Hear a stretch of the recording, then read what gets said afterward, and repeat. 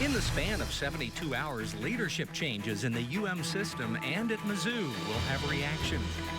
Plus, the man who threatened to shoot black MU students over social media appears in court.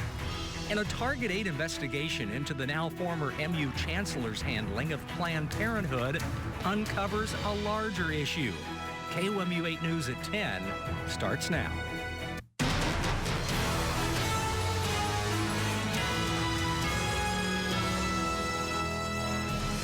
After hours of deliberation and a night of sleep, the UM system has a new interim president. Good evening, I'm Brittany Pieper. And I'm Jim Reek. Thanks for joining us. Mike Middleton is a familiar face on the MU campus. The student group concerned, Student 1950, approves the selection. KOMU 8 Samantha Myers is live on campus with the rest of the story. Mike Middleton replaces Tim Wolf, who resigned on Monday. Today he spoke and said he is honored to be. The changes to the UM system didn't end today with appointing Middleton. The UM curators also announced that today that it accelerated Chancellor R. Bowen Lofton's resignation to be effective today. He was replaced by Hank Foley.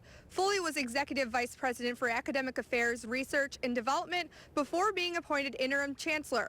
Originally, Lofton was going to stay until the end of the year. Reporting live on the MU campus, Samantha Myers, KOMU 8 News.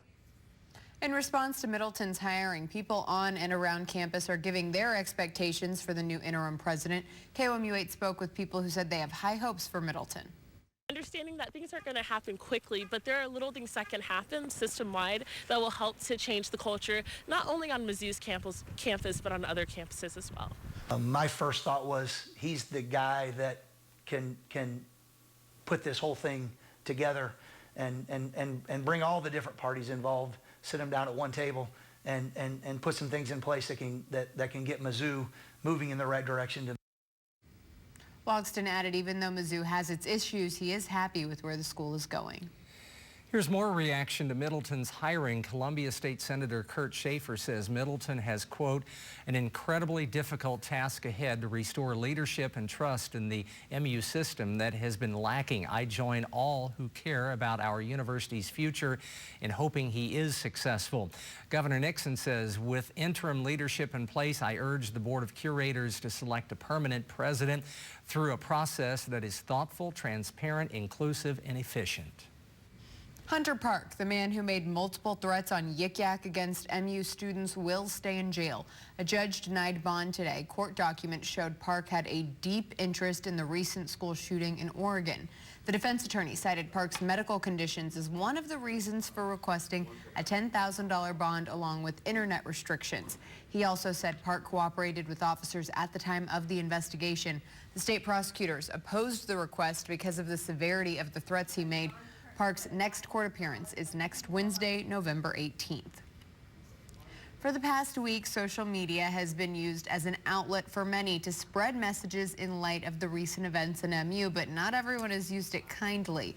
Posts like these have shown up on social media outlets within the past week, and one led to an arrest. KOMU 8's interactive director said social media presents a false perception that the users are anonymous. So people start to feel brazen, and they're openly admitting feelings that they might not ever say to someone standing right next to them. She said social media at its best is when it's used for a platform for conversation and dialogue. MUPD says a sign at the Black Culture Center was spray painted about 1 o'clock this morning. Police are looking at nearby surveillance video for clues. Here's a look at the vandalized sign with the word black blotted out. MU Operations says campus workers cleaned the sign about 2 hours later. Chief Doug Schwantz says MUPD and the Highway Patrol will have increased security presence on campus for the foreseeable future. MU leadership said in a statement this act is not acceptable. Police will be present at the Culture Center while supporting and protecting students. Anyone with information on the spray painting should contact MUPD or Crime Stoppers at 875-TIPS. A group of about 15 to 20 people prayed for unity near MU's columns this afternoon. KOMU 8's Chris Gothner is here to tell us what they think the campus needs so it can come together. I talked to the organizer of today's prayer group. She says she felt a calling yesterday to do something about the unrest. She says after all the recent turmoil, the MU campus needs to come together. They hope to spread a message of love, saying that's what MU needs now more than ever. They say prayer will help heal the many wounds evident over the past few weeks.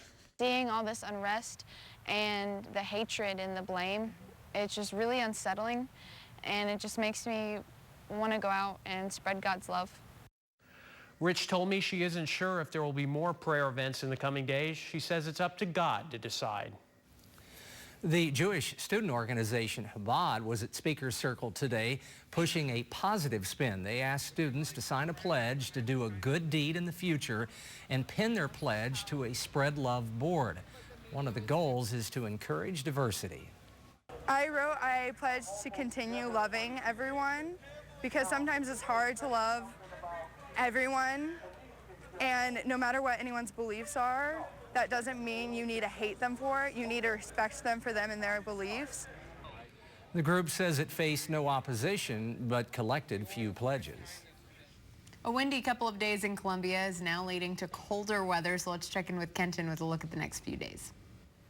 Brittany, thank you very much. Good evening. Coming up later in the show. Members are not a governmental body, and emails are not a public record. We investigate why lawmakers don't have to let you see what they're typing on .gov emails. Coming up.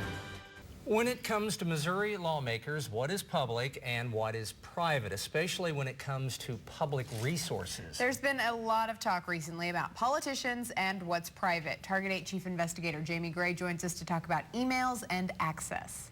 Well, Jim, Brittany, while working on a Target 8 story about Planned Parenthood, we came across a problem. Lawmaker emails kept under wraps from you, the public. KOMU 8's Rose Schmidt investigated for us. She's live at the Capitol now to explain why senators and representatives in some cases aren't turning over emails, and we found don't have to. Thanks, Jamie. Earlier tonight, I talked about emails containing information about the University of Missouri's ties to Planned Parenthood. Now, those emails were not easy to get. Now, this brings a question about retention rates for us. Reporting live from Jefferson City, Rose Schmidt, KOMU 8 News. Thanks, Rose. Now, you may wonder, is this typical estatekeeping.gov email accounts unavailable for public scrutiny? Well, no, not everywhere. At least 15 states, including our neighbors, Illinois, Arkansas, and Tennessee, make government emails public. We mentioned the retention issue. We will continue to follow this story. Jamie, thank you very much. Still to come after weather, European countries tighten their borders again. To change, but we'll continue to track it throughout the weekend. We sure need some rain. We definitely do. All right, Kenton, thanks. You're welcome. A new taxi service will roll into Fulton next month. The city approved a taxi license for K&M Transportation. It's the first taxi license Fulton has issued since the 1970s. The startup owner says she wants to provide rides for those who can't drive around town on their own. If you're snowed in, I will go get your groceries for you and bring them to you, or run your errands, as well as providing a taxi service. Johnson is looking for a building for the new business. She hopes to offer rides by December 1st. Who's claiming responsibility for one of the deadliest attacks in the Middle East in the past few years? That's coming up, but first, your lottery numbers.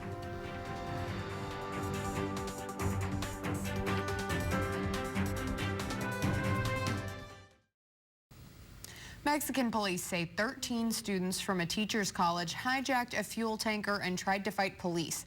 The students were from the same college attended by 43 students who disappeared last year. Police say the drivers tried to hit police cars during the chase. Mexican authorities say they turned the students over to human rights officials. 2 suicide bombings killed at least 37 people and injured 180 more in the Lebanese capital of Beirut. ISIS has claimed responsibility. It's one of the deadliest attacks in 2 years. It targeted the Shiite Muslim militant movement Hezbollah, which has been fighting ISIS along with the Syrian government. Iraqi TV reports 90% of Sinjar has been retaken. An estimated 7,500 Kurdish fighters are taking part.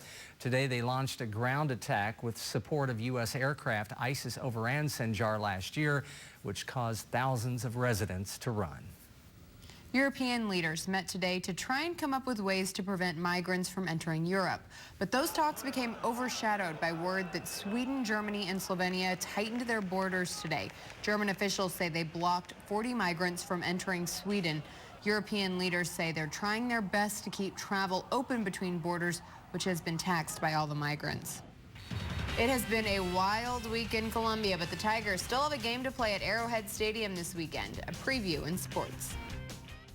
Chris Trevino, when was the last time you were on the sideline for a Missouri game in Kansas City at Arrowhead? And I know it would have to be the last one with Kansas, right? Yep. 2011. The weather wasn't very good. Do you remember that? Yes, but I'm looking forward to better weather. 60s, Kenton says. Lower 60s no rain after the last time out. It's going to be wonderful. Yeah.